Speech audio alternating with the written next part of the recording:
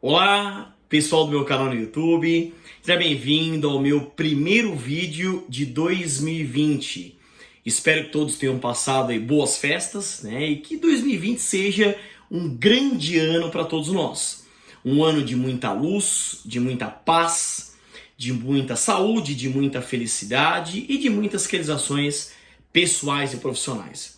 E fico à disposição para vocês postarem aqui mesmo no meu canal no YouTube ou no meu Instagram, sugestões de temas, né? Esse ano eu quero trabalhar bastante aí no meu canal no YouTube, também no meu Instagram, teremos novidades esse ano também, mas a ideia é postarem sugestões de temas envolvendo trabalho, processo de trabalho, prática trabalhista ou mesmo previdenciário, trabalharmos esses temas. Mas a ideia aqui do canal é trabalharmos 4 grandes vertentes: o direito, a música, a motivação e a musculação. Eu prometo que esse ano eu vou trabalhar bastante esse meu canal. Espero que vocês tenham esse canal com uma grande fonte aí de informações. E escolhi um tema aqui básico para a gente iniciar o ano, né? Básico, mas com muitas questões controvertidas, polêmicas, e muita gente. Fiquei muito feliz. Recebi muitas mensagens nas redes sociais de muita gente que estuda utilizando uma das fontes das informações no meu canal no YouTube. E eu fico muito feliz que isso venha acontecendo. A ideia é a gente disponibilizar essas informações, compartilhar essas informações para que vocês tenham acesso aí aos estudos, e isso é muito bacana, isso é muito importante. Vamos falar um pouquinho de empregados domésticos, né? Algumas informações, características gerais, regras gerais sobre empregados domésticos. E o estudo começa pela análise do artigo 7º, parágrafo único da Constituição Federal de 88, que teve redação alterada, atualizada, pela Emenda Constitucional 72 de 2013. E o texto fala o seguinte: vale a pena você, se ter acesso a uma CLT, a um Vademécum, né? Nós temos aqui a nossa CLT, né? Tá aqui disponibilizado, vou mostrar para vocês, para quem quiser, tá aqui, ó, né? E, lógico, a gente indica essa CLT, mas sem prejuízo de outras. Esse ano, agora 2020, todas as obras sairão aí por novas edições, tá? O texto fala que são assegurados à categoria dos trabalhadores domésticos os direitos previstos nos incisos, aí são vários incisos, ou seja, essa parte aqui consubstancia uma norma constitucional de eficácia plena, porque já se aplica plenamente à sociedade, às relações laborais, e continua lá. E atendidas as condições estabelecidas em lei, e observada a simplificação do cumprimento das obrigações tributárias, principais e acessórias, decorrentes da relação de trabalho e suas peculiaridades, os previstos nos incisos, aí são vários incisos também, bem como a sua integração à Previdência Social. Ou seja, você tem essa outra parte que representa uma norma constitucional de eficácia limitada, que, segundo a tradicional classificação do professor José Afonso da Silva, é aquela norma que já produz um mínimo de efeito, que é o de vincular o legislador infraconstitucional, mas para a produção de todos os efeitos depende de lei infraconstitucional regulamentadora. Tá? Muito bem, então essa é a parte constitucional. Agora, caindo para um plano infraconstitucional, nós temos a Lei Complementar 150 de 2015. Lei Complementar 150 de 2015. E ela, veja, né? Você tem aqui também tratados, convenções internacionais e tudo mais, mas quero fazer uma análise sem prejuízo de outras análises. Mas logo no artigo 1º, o seu caput, você tem o conceito, a caracterização de empregados domésticos.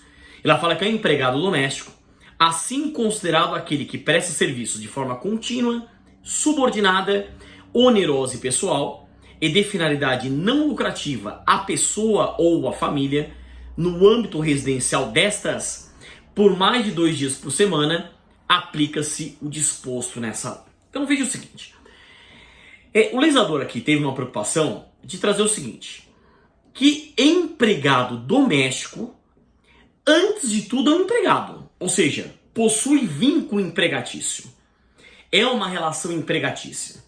Se nós olharmos aqui a CLT, a gente extrai, né, os requisitos caracterizadores do vínculo empregatício, também chamados de elementos fáticos, jurídicos ou pressupostos, lá nos artigos 2º caput e 3º caput da CLT.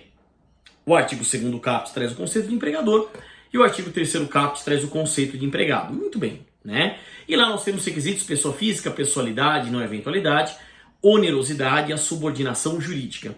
Aqui você tem mencionado a forma contínua, já vou explicar isso melhor, subordinada, onerosa e pessoal e de finalidade não lucrativa. Então perceba que nós temos requisitos que caracterizam o vínculo empregatício, não obstante peculiaridades, especificidades desse tipo de relação, tá?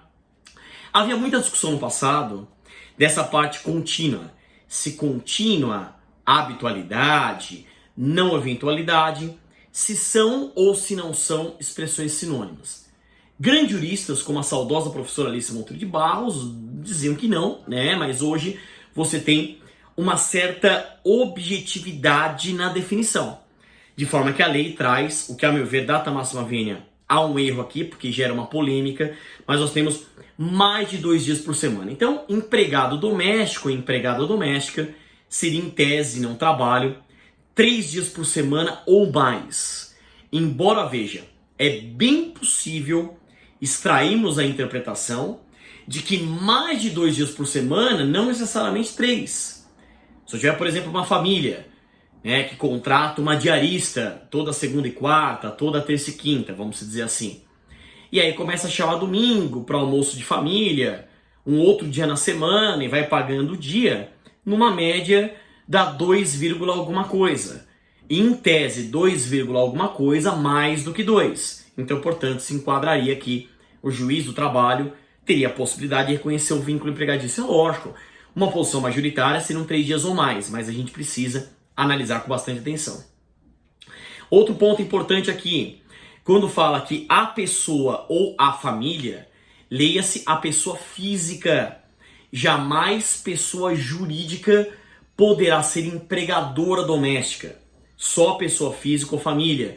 Então mercadinho não pode ter doméstico, clínica não pode ter doméstico, escritório não pode ter doméstico, tudo fraude, né? E na fraude nós temos a caracterização do vínculo empregatício urbano com todos os seus consectários. É lógico que a gente tem que ressalvar também que o artigo 19 da lei, especialmente aqui lá no seu caput, traz a aplicação subsidiária da CLT aos empregados domésticos.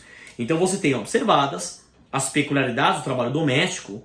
Aí também se aplicam as leis 605 de 49, que é a lei do descanso semanal remunerado e feriados. Aí você tem as duas leis de gratificação natalina, 4.090 de 62 e 474965. Também a lei 7418 de 85, que é a lei do Vale Transporte.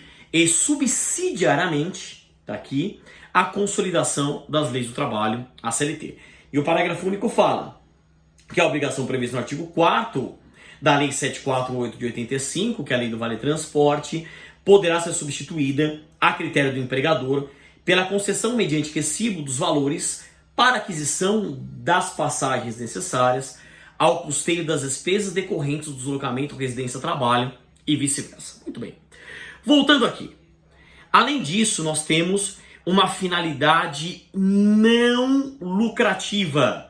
Finalidade não lucrativa. Ou seja, os serviços domésticos não poderão ter finalidade lucrativa, ainda que de forma indireta. Eu não me entendi. Se o empregado doméstico participar de qualquer atividade lucrativa, ele não será doméstico. Ele será enquadrado como empregado urbano ou como empregado rural, a depender do caso concreto, que em tese seria um enquadramento mais lucrativo, mais favorável. Não obstante, essas reformas trabalhistas tenham flexibilizado diversos princípios, diversas regras aí da nossa querida área trabalhista, tá bem? Então veja, né, hoje se discute muito até que ponto enquadrar como empregado rural é em tese mais vantajoso do que enquadrar como empregado doméstico diante de toda essa nova legislação, né? O tema, existe esse debate, mas eu quero trazer essa discussão aqui para vocês, tá bem? Além disso, nós temos aqui o parágrafo único que diz o seguinte: é vedada a contratação de menor de 18 anos para desempenho de trabalho doméstico, de acordo com a Convenção 182 da OIT e com o Decreto 6481 de 2008, que trouxe a lista TIP, né, a lista do trabalho infantil proibido, e essa Convenção 182 da OIT trata das piores formas de trabalho infantil. Então, portanto, veja, se nós analisarmos o artigo 7º, inciso 33 da Constituição Federal, combinado com artigos 402 a 404 da CLT, nós temos que é proibido o trabalho noturno perigoso e insalubre aos menores de 18 anos e qualquer trabalho aos menores de 16 anos, salvo na condição de aprendiz a partir dos 14 anos. Então a regra no Brasil para trabalhar, idade mínima para trabalhar, 16 anos. Se for um trabalho noturno perigoso ou insalubre, 18 anos. E nós temos o aprendiz, que vai dos 14 até os 24 anos, salvo pessoa com deficiência, que pode ter mais do que 24 anos, como exemplo de ação afirmativa ou discriminação positiva, affirmative action, né? Aquela ideia de você discriminar positivamente determinados grupos que sofreram ou sofrem preconceito ou discriminação. Muito bem. Para o doméstico, a idade mínima para trabalhar, nós temos aqui a idade de 18 anos. Aline, mas quais seriam exemplos de empregados domésticos diante esse conceito aqui, para quem trabalha para pessoa ou para família, né?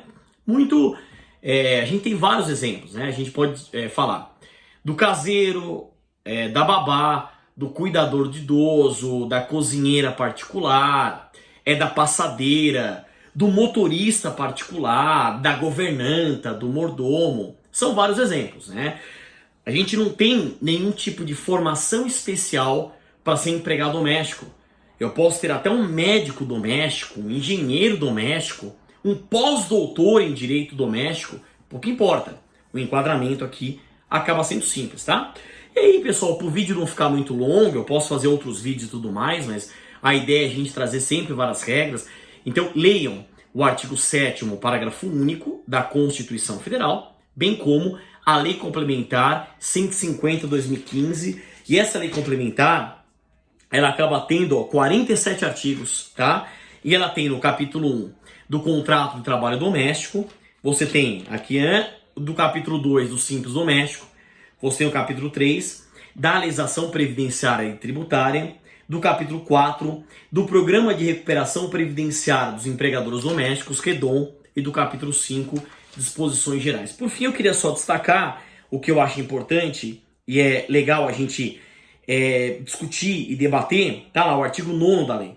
A carteira de trabalho e previdência social será obrigatoriamente apresentada contra recibo pelo empregado ou empregador que o admitir, o qual terá o prazo de 48 horas para nela anotar especificadamente a data de admissão, a remuneração e, quando for o caso, os contratos previstos nos incisos 1 e 2 do artigo 4º. Quer dizer, hoje é um debate que se trava, que se coloca, porque a medida provisória 905 de 2009, o contrato individual de trabalho verde e amarelo, trouxe o prazo agora de anotação de 5 dias úteis. Quer dizer, eu continuo aplicando essas 48 horas ou eu posso utilizar o prazo de 5 dias úteis? Com certeza é um debate que vai se colocar, que vai se travar, tá bem? E aí o artigo 12, para a gente finalizar, prometo agora, que diz que é obrigatório o registro do horário de trabalho do empregado doméstico por qualquer meio manual, mecânico ou eletrônico, desde que idôneo. Quer dizer, aqui pouco importa o número de empregados, você tem uma obrigatoriedade do cartão de ponto do controle de frequência.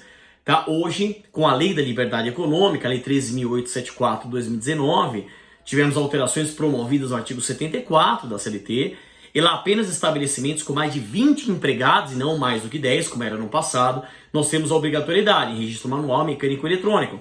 Aqui pouco importa, porque senão você imagina, uma casa que teria em tese aí mais de 10 empregados domésticos, quer dizer, só famílias milionárias mesmo em que haveria essa obrigatoriedade, tá bem? Então, sejam bem-vindos ao ano de 2020, sejam bem-vindos ao meu canal, fico à disposição para dicas, sugestões, o que precisarem, e eu espero que eu possa, de coração, auxiliá-los aí com uma ferramenta de muito conteúdo, de muita informação, para você assistir aonde você quiser, para você assistir em casa, no trabalho, no trem, no metrô, no carro, no celular, no iPad, no computador, pouco importa. O mais importante é trocarmos informações, compartilharmos informações, tá bem? Obrigado pela atenção, aquele pensamento positivo, ânimo firme, bons estudos, bom trabalho, bom descanso e até o nosso próximo encontro.